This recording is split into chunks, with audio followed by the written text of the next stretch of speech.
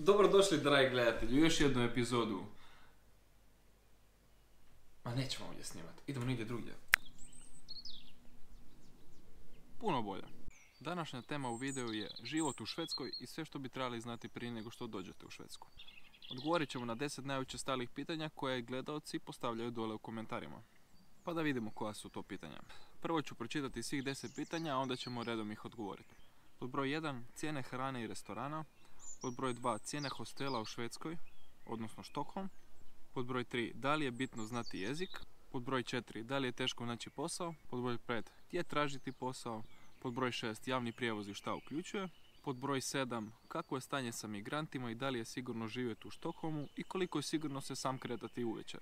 Pod broj 8, cijene apartmana u centru Štokholma i izvan centra. Pod broj 9, gdje je najplaćeniji posao u Švedskoj.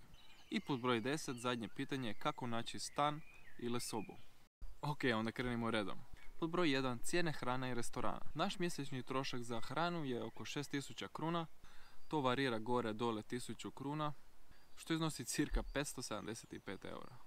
Hrana u restoranima iznosi za glavno jelo oko 170 kruna ili 16 eura.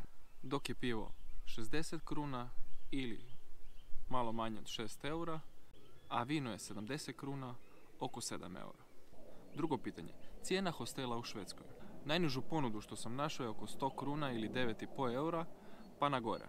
Pod broj 3, da li je bitno znati švedski? Rekli bi da je bitno jer za većinu poslova traže švedski jezik, ali može se i sa engleskim.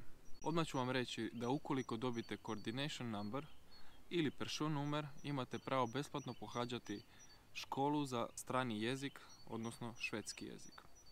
A isto tako možete na web lokaciji Duolingo, ostavit ću vam na dnu opisa taj link, gdje možete besplatno napraviti svoj profil i tako učiti švedski. Pod broj 4, da li je teško naći posao? Najlakše bi bilo naći posao ukoliko poznate nekoga ili preporuke od negdje. A ukoliko dođete bez preporuka ili nikoga ne poznate, iskreno moram reći da je puno teže naći posao. Uskoro planiramo napraviti video na ovu temu, pošto je malo opširnija i bit će uključeno i za non-EU državljane, kako napraviti papire i naći posao. Pod broj 5, gdje tražiti posao? Tu ću vam samo reći, a dole ću vam staviti web linkove pa možete pogledati i sami. Ja sam našao 5 linka, to su Arbetsformedlingen, Indeed, Monster, Job Safari i Metrojob. Pod broj 6, javni prijevoz i šta uključuje. Javni prijevoz trenutno iznosi 890 kruna mjesečno. Uključuje prijevoz nekim vlakovima, podzemnom, tramvajima, autobusima i neke kraće linije sa brodovima. Za javni prijevoz potrebna vam je magnetska kartica koju možete kupiti na šalteru kod ovlaštenih prodavača ili u jednoj od trgovina kao što su Press Biro. Pod broj 7, kako je stanje sa migrantima i da li je sigurno živjeti u Štokholmu i da li se možete sami kretati navečer. Mi bi rekli da je sigurno kao i ostalim milijunskim gradovima, pa rekao bi i sigurnije nego na Balkanu. Migranti nisu opasni i ne stvaraju probleme. Naše je mišljenje da su to samo ljudi sa drugačijim navikama, pa su iz tog razloga drugačiji ili neshvaćeni. Pod broj 8, cijene apartmana u centru Štokholma i izvan centra.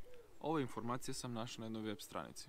Kaže da je prosjek za kupnju 1 metra kvadratnog u centru 94.000 kruna, a izvan centra 55.000 kruna. Ukoliko želite iznajmiti apartman sa jednom sobom u centru, to u prosjeku iznosi oko 12.000 kruna, a izvan centra 8.000 kruna u prosjeku.